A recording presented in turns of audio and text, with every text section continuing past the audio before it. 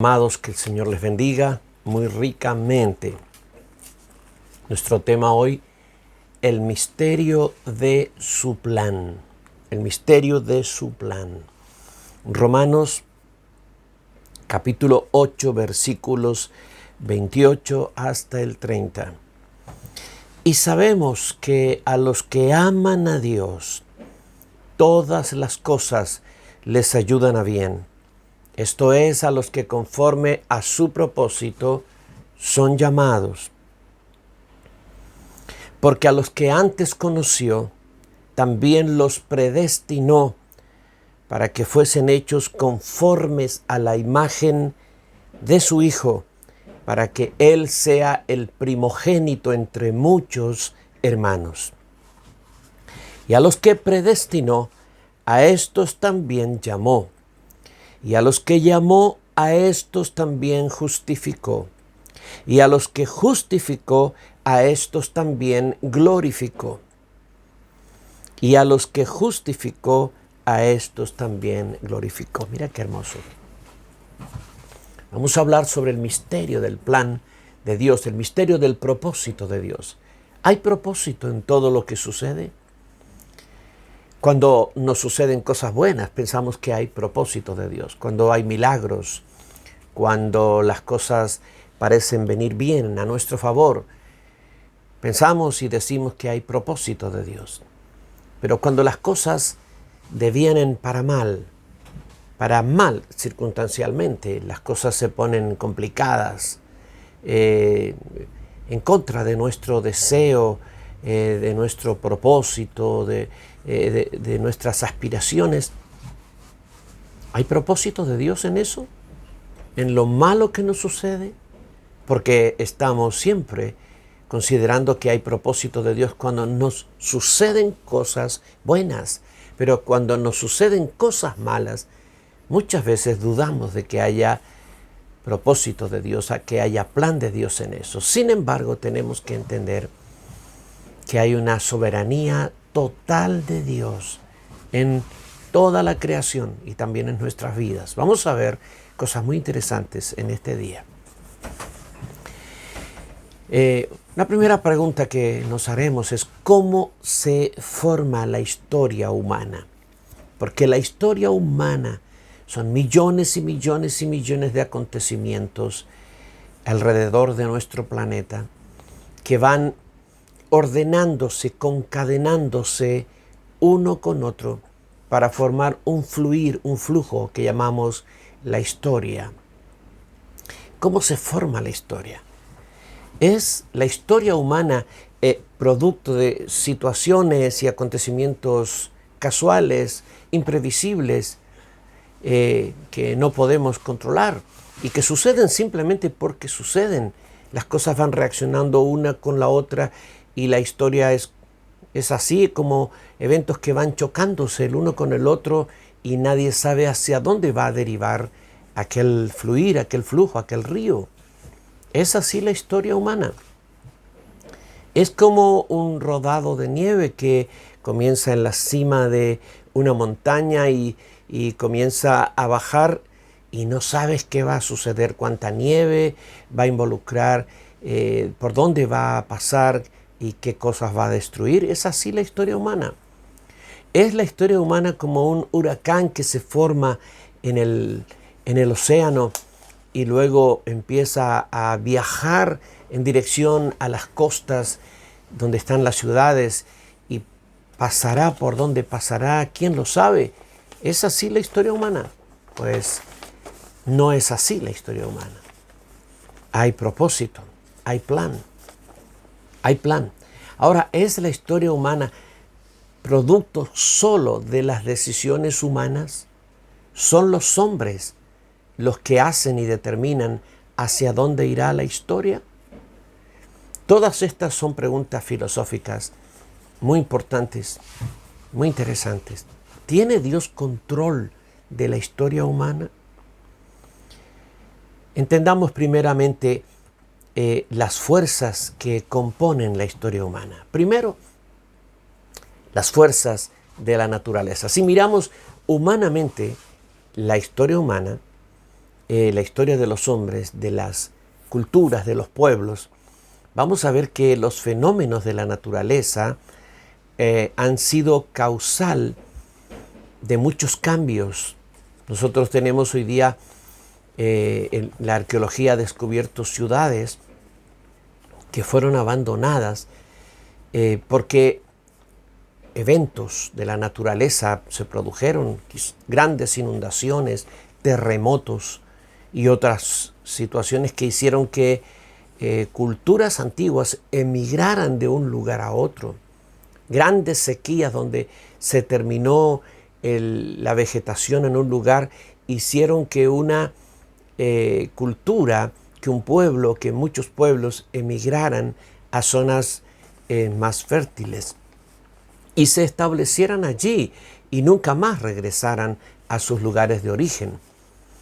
Esos lugares que originalmente albergaron esos pueblos quedaron desiertos, vacíos. Tenemos en el norte de nuestro país pueblos que fueron habitados por culturas ancestrales y hoy día no hay nada allí. Y en todos los países ocurre exactamente lo mismo.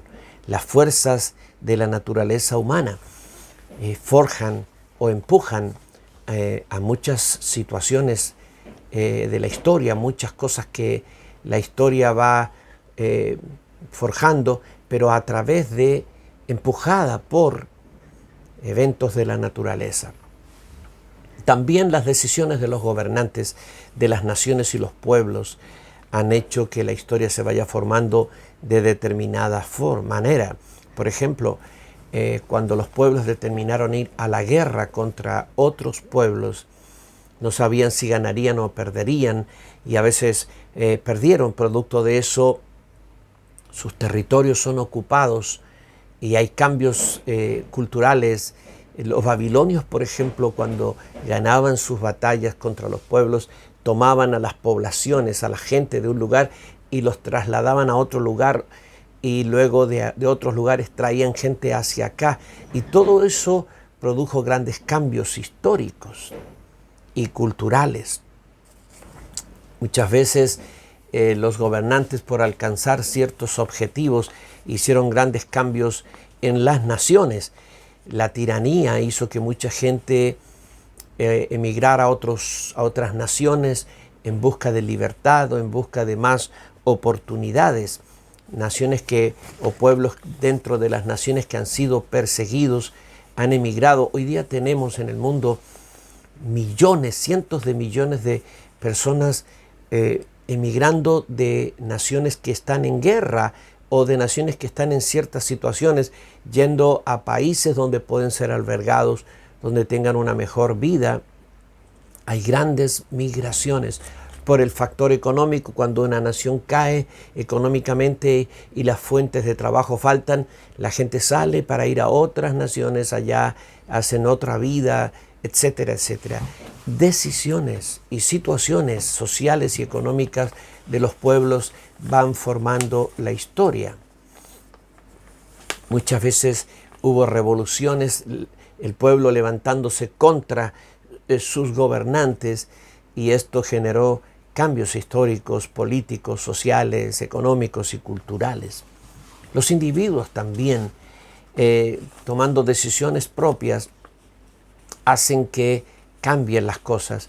Tú dirás, bueno, yo me trasladé a cierto lugar con mi familia, pero ¿qué somos nosotros dentro de una gran nación contando? Sin embargo, cada decisión personal afecta a toda la comunidad tarde o temprano. Cuando las personas deciden por la justicia, afectan positivamente a su comunidad. Cuando deciden por la injusticia, también afectan decisivamente a sus comunidades.